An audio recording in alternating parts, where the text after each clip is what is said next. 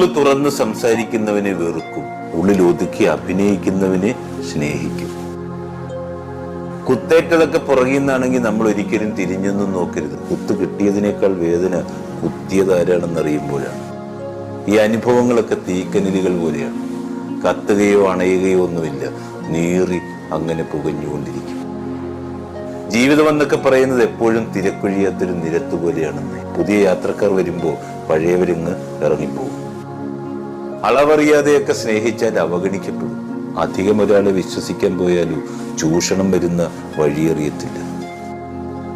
അറുതിയില്ലാതെ സഹായിച്ചാലും മുതലെടുക്കുന്നത് തന്നെ മിച്ചം. പിരിഞ്ഞു പോയവരോടും ഒറ്റപ്പെടുത്തി അകന്നു പോയവരോടും പരിഭവമോ പരാതിയോ ഒന്നും വേണ്ടെന്നേ. ജനിക്കുന്നതും വളരുന്നതും മരിക്കുന്നതുമൊക്കെ എപ്പോഴും നമ്മൾ ഒറ്റയ്ക്കല്ലേ. പിന്നെ ആരൊക്കെയോ അതിനിടയ്ക്ക് കൂടെ കൂടുന്നുവെന്ന് മാത്രം.